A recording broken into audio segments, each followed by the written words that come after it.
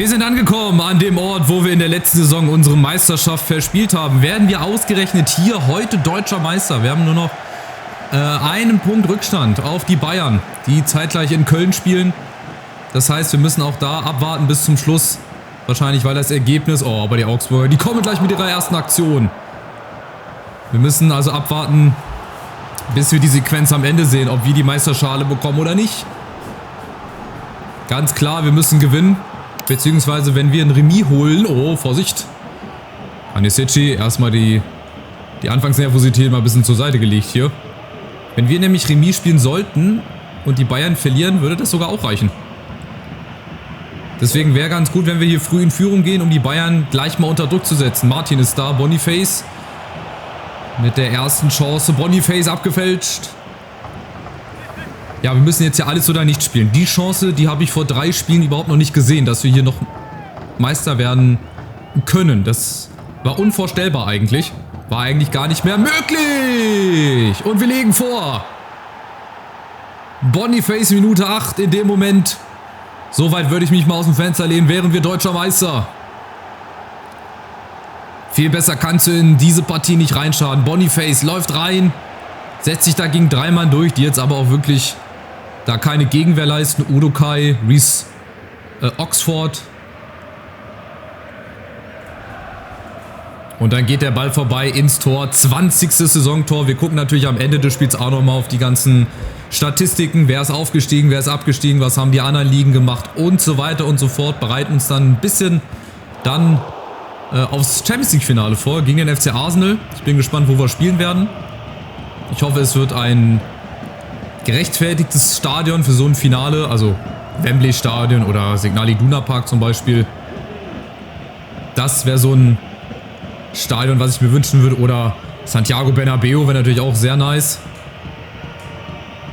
Aber ich möchte mir nach dem Spiel dann auch Gedanken machen, wo wir hinterher feiern gehen. Wenn wir dann deutscher Meister sind, wenn die Kölner uns helfen. Die müssen uns jetzt helfen. Die müssen das Remis halten. Im besten Fall sogar gewinnen. Dann sind wir deutscher Meister. Wahnsinn. Fratesi. Wir machen direkt weiter. Fratesi. An die Latte. Hertha führt den Leverkusen. Unten ist es auch noch sehr, sehr spannend. Hertha, Paderborn und Hannover kämpfen um die letzten 3 Plätze. Da ist auch noch niemand sicher abgestiegen. Da ist auch noch niemand sicher in der Relegation. Ansonsten ist eigentlich alles entschieden. Bis auf die Meisterschaft und die Absteiger. Sensationell, wirklich.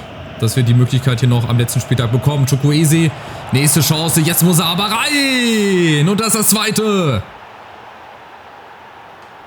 Doppelschlag, 20. Minute. Samuel Chukwueze. Und mehr können wir halt auch wieder nicht tun. Wir mussten die letzten Spiele gewinnen, um überhaupt noch eine Chance zu bekommen. Das machen wir. Haben wir gemacht und wir führen jetzt auch wieder mit 2:0. Und alles andere ist nicht in unserer Hand. Alles andere hängt ab vom Ergebnis in Köln. Ja, Chukwueze hat auch nur 5 Tore. Ich bin mir ziemlich sicher, der hätte auch mehr Tore gemacht, wenn er denn mehr Spiele hätte spielen dürfen. Aber dann war er eine lange Zeit verletzt. Der wäre zusammen mit Victor Boniface, glaube ich, die hätten sich gestritten um die Torjägerkanone. Würde ich jetzt einfach mal so behaupten.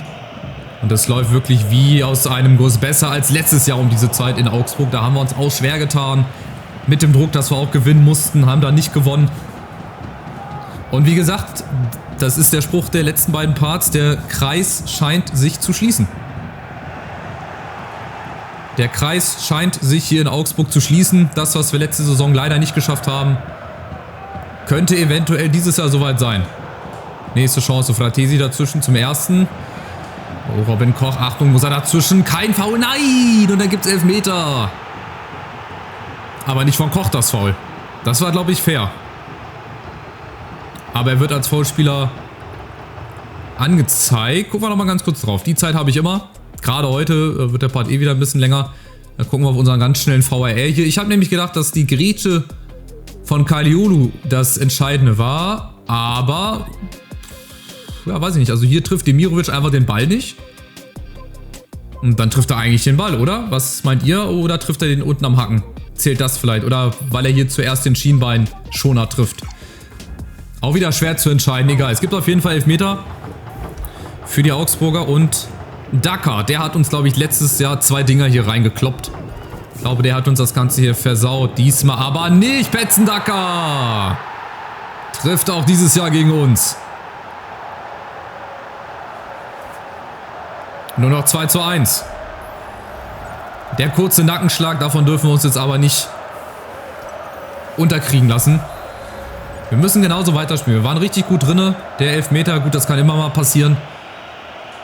Es gibt bestimmt auch Schiedsrichter, die hätten den nicht gepfiffen, aber nicht mehr in diesem Spiel. Ja, Daka hat auch schon 16 Tore in 28 Partien. Ist auch nicht schlecht. Ist auch so eine Art Lebensversicherung.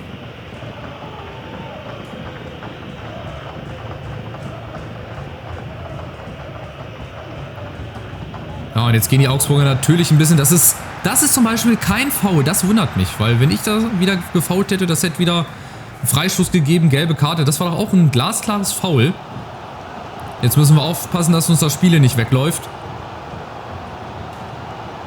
Wieder Augsburg, Breithaupt.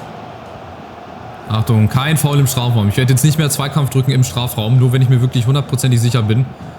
Niklas Dorsch, Breithaupt. Oh, das geht viel zu einfach. Wieder Daka, Achtung, abgefälscht. Moffi, Breithaupt. Wir müssen irgendwie dazwischen, sonst gibt es gleich den Ausgleich. Drüber. Auch das brauchen wir natürlich heute ein bisschen Glück. Aber Augsburg wird halt jetzt stärker. Und wir müssen wieder zurückfinden ins Spiel. Das meine ich zum Beispiel. Klar ist das auch ein Foul, aber davor, der Zweikampf der Augsburger, das hätte es da auch vielleicht mal als Foul werten können. Ja, Union oben führt gegen Dortmund. Gut, das soll uns nicht interessieren. Wenn uns ein Ergebnis interessiert, dann das von den Bayern natürlich. Chukwueze, Mamouche setzt da entscheidend nach. Ja, holt sich den Ball fair. Oh, und dann blind nach vorne. Blind nach vorne gespielt. Holt ihn sich aber eigentlich wieder und dann hatten wir den Ball eigentlich und dann landet er wieder bei einem Augsburger. Das kommt jetzt also auch mit dazu. Achtung, wieder Petzen Daka. Oh, der wird doch nicht schon wieder, oder? Uns das hier zunichte machen. Achtung, nächste Chance! Und was für ein Reflex von Kalisic. Erst in der Champions League, jetzt hier in Augsburg. Rettet uns vielleicht 2 Titel. Und da haben wir eigentlich gut gestanden mit Robin Koch, aber dann die Reflexe. 90, okay, 90 Reflexe. Da kannst du das vielleicht auch schon mal erwarten. Aber Achtung, Ekber kommt rein und jetzt Mamouche. Komm, hat die ganze rechte Seite für sich. Da ist Kulina. Ja, der steht ihm natürlich im Weg. Das war ein bisschen blind. Das war ein bisschen sehr blind leider von uns. Wir verlieren jetzt so ein bisschen die Ruhe. Wir verlieren so ein bisschen den Überblick. Oh, Achtung, nächste Chance für die Augsburger und wieder keine Kalisic. Also da müssen wir echt höllisch aufpassen. Die Augsburger werden stärker.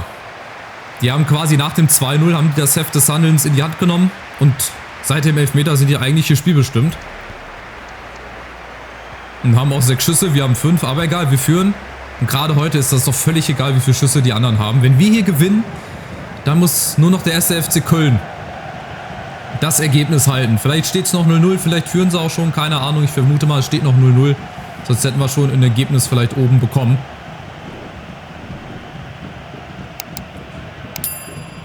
Aber gut, wir müssen wieder in unsere in unser Spiel hier reinfinden. Die Hertha oben führt wieder 2:1. Ugarte Martin, unten Kadiolo, damit ich ihn genau hinter die Abwehr anspielen kann und mal selber machen. Und davon müssen wir viel mehr Aktion jetzt haben.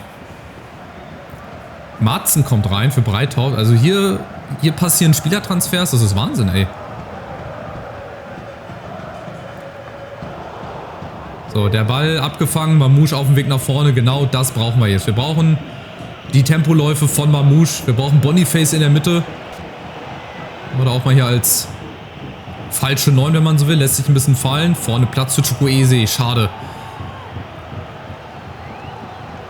Das wäre eine gute Aktion geworden. Demirovic setzt sich da gegen Chukwueze durch. Schade. Den hätte ich auch gern bei der Eintracht gesehen.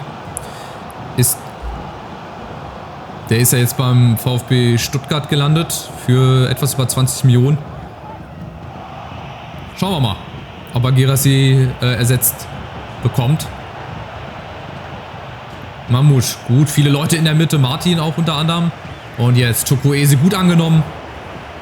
Die zweite Halbzeit gehört bislang uns. Jetzt eine Stunde rum. Wir halten Augsburg weg von unserem Tor, das ist gut. Wilfried Gnonto oder Gnonto.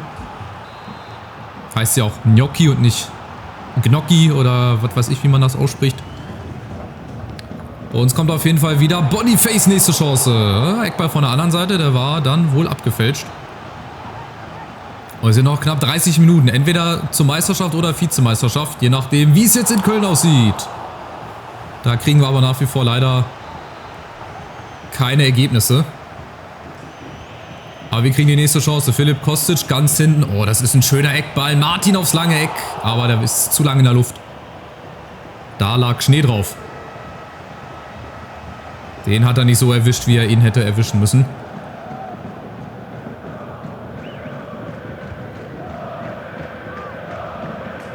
Es ist nicht mehr lange. Noch 30 Minuten. Aber wir brauchen nach wie vor die Schützenhilfe. Das ist es halt. Wir können ja auch 3-1 oder 4-1 gewinnen, aber entscheidend ist, was die Bayern machen. Vielleicht so durch ein Last-Minute-Eigentor wäre doch ganz geil. Martin, nächste Chance. Jetzt haben wir die Augsburger da, wo wir sie haben wollen. 70% Ballbesitz knapp in den letzten 15 Minuten, also seit Beginn der zweiten Halbzeit. Viele Schüsse, Augsburger haben noch gar keinen Schuss aufs Tor hier gehabt. Aber es muss ja auch nicht so weit kommen, dass sie hier noch einen Ausgleich machen. Das wäre ganz geil. Marzen, oh, das war ein super Ball und Koch, ganz, ganz wichtig. Der Abschluss wäre nämlich gekommen und der wäre eventuell reingegangen. Das war ganz, ganz wichtig. Die Grätsche. Vielleicht die Grätsche der Saison. Mal gucken. Wenn es am Ende reicht. Augsburg kommt über Colina. Oh, den haben wir doch eigentlich schon gewonnen über Chukwueze. Wie geht der denn da noch verloren? Achtung jetzt. Wilfried Gnonto. Ball nach hinten. Und der Ausgleich. Tatsächlich. Wie geht der denn rein? Unfassbar. Da darf eigentlich gar nichts passieren. Hier, da ist der Ball schon längst weg. Und dann aus so spitzen Winkel. Robin Koch steht davor. Kanisici ist eigentlich auch in dem Eck, aber er kann ihn nicht halten. Er bekommt ihn einfach nicht zu fassen. Und es steht 2-2. Und wir sind wieder an dem Punkt, wo wir letzte Saison auch waren, dass die Augsburger uns womöglich hier die Meisterschaft versauen. Aber wir haben jetzt noch 20 Minuten. Wir müssen jetzt hier nochmal alles raushauen. Wir kommen mit Chukwueze. Ein Mann wie für solche Spiele gemacht. Genau das brauchst du auch mal. Eine Einzelaktion direkt nach dem Anstoß. Vorsicht. Nicht, dass du da gegen die Bande klatschst. Da greift ihn auch so recht niemand an. Und dann brauchst du natürlich auch Glück. Der geht auch nicht immer rein. Aber gerade heute, gerade aus diesem Winkel geht er rein. Und Chukwueze schießt sich schon mal ein bisschen warm für das Champions League Finale gegen den FC Arsenal.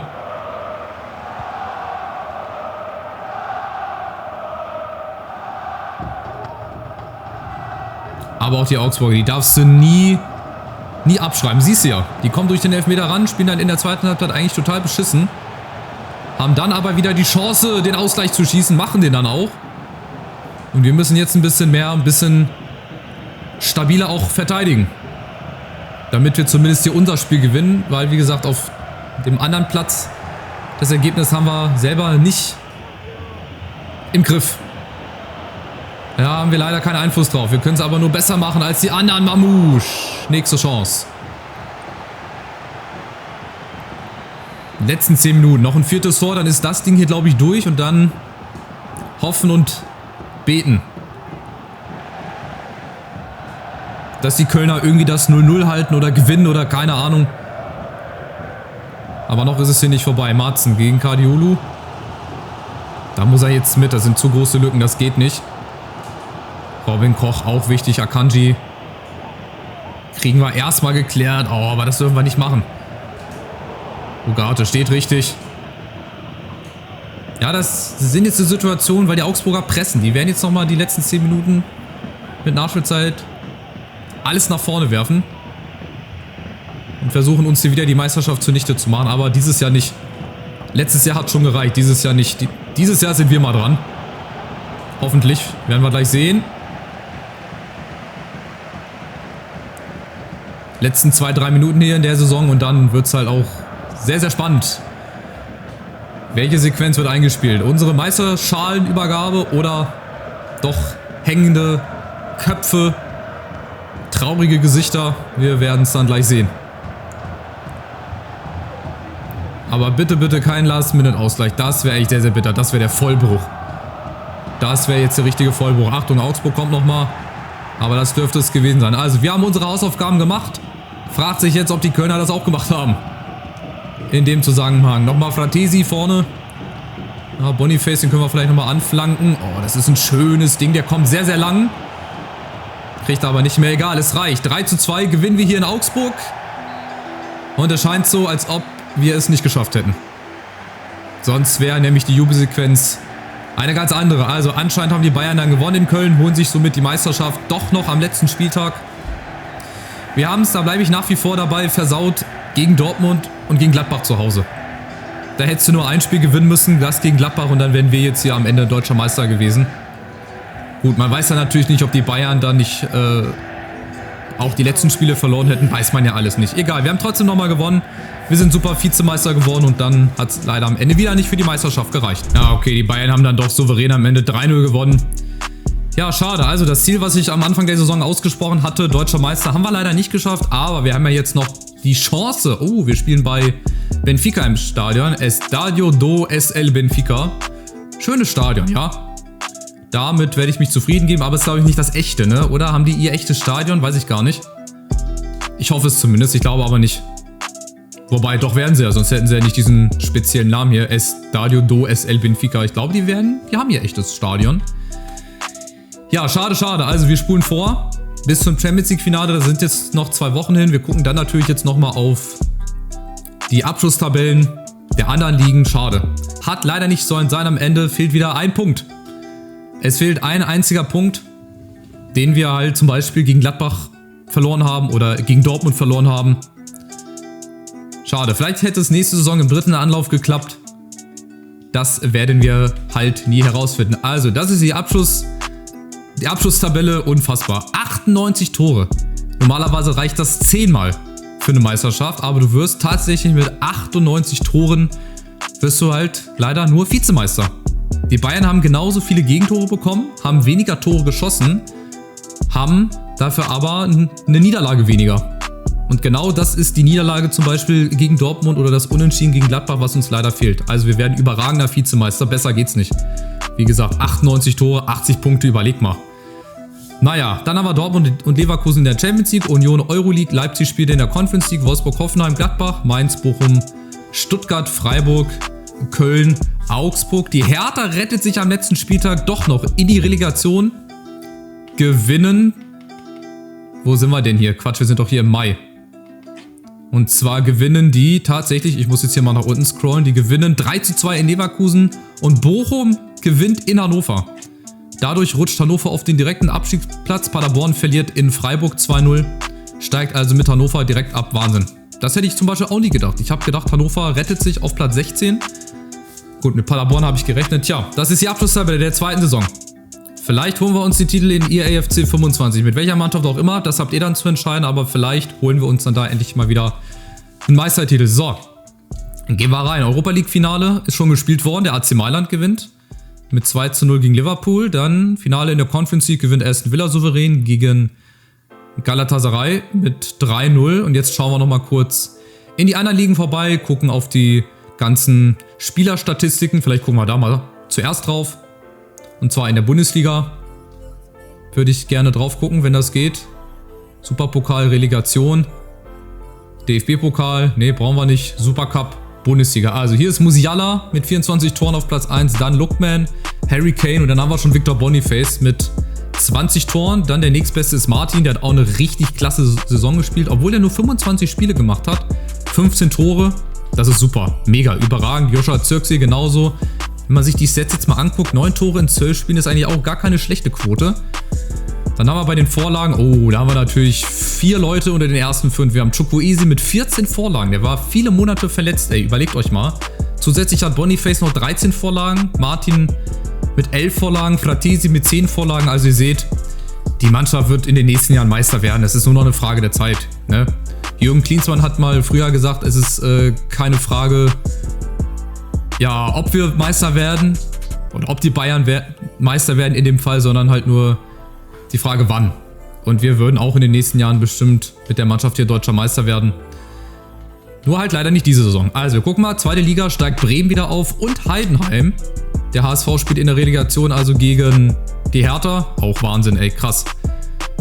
Gut, absteigen tun hier Saarbrücken und TSV 1860 München. KSC spielt in der Relegation gegen Dresden.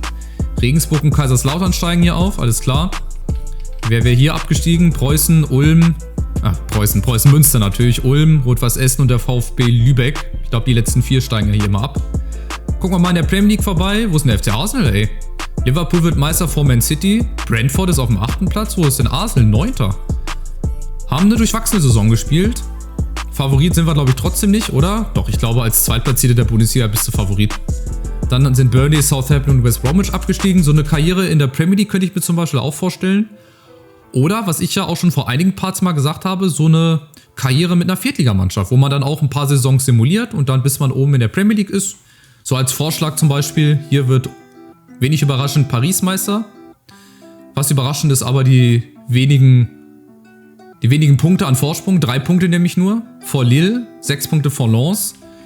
Abgestiegen ist hier Troyes, Clermont Foot und FC Metz. Der französische Experte mal wieder am Start hier. Serie A haben wir Juve als Meister. Neapel, Florenz, der AC Mailand. Inter ist auch nur 6. Auch ein bisschen überraschend. Unten abgestiegen sind Venedig, Parma und Udinese. Und aufgestiegen sind hier Palermo, Cagliari Calcio, Relegation, oder was heißt Relegation? Aufstiegsplayoffs, spielt die halbe Liga. Pisa, Lecce, Sampdoria, Frosinone, Empoli und Como. Die würden also Relegation spielen, beziehungsweise Aufstiegsplayoffs. Dann gucken wir nochmal kurz in Spanien hier vorbei. Zweite Liga, Levante und Las Palmas sind da aufgestiegen. Und hier in Spanien ist Barcelona Meister geworden. Da ist ja auch immer nur die Frage Barca oder Real. Ganz selten auch mal Atletico. Wo ist hier Villarreal? Die sind 5. Habe ich auch immer einen Blick drauf nach der super geilen FIFA 21 Karriere. Ihr werdet euch noch dran erinnern, wenn ihr die aktiv verfolgt habt. Hier ist abgestiegen SC Eibar, Espanyol Barcelona und der FC Granada. Nochmal für unsere türkischen Freunde hier. Galatasaray, Meister mit 103 Punkten, ey, alter Vater. Nur 25 Gegentore, eine Niederlage. Bei Fenerbahce 85 Punkte reichen normalerweise auch zur Meisterschaft. Aber du hast halt immer irgendeinen, der dann besser ist. Dann Beşiktaş, Başakşehir hier, Trabzon. Unten abgestiegen werden, glaube ich, Karagümrük, Pendikspor und Kayserispor. Ich hoffe, das spricht man so aus. Und dann ist es nur noch ein Spiel. Das letzte Spiel unserer EAFC 24 Karriere hier. Ich glaube auch allgemein. Ich glaube, die Hertha-Karriere ist schon längst beendet. Holen wir uns wenigstens den Titel in der Champions League. Seid dabei, lasst nochmal einen Daumen nach oben da, ein kostenloses Abo. Und dann freue ich mich, wenn ihr beim allerletzten Part nochmal mit dabei seid. Macht's gut. Ciao, ciao.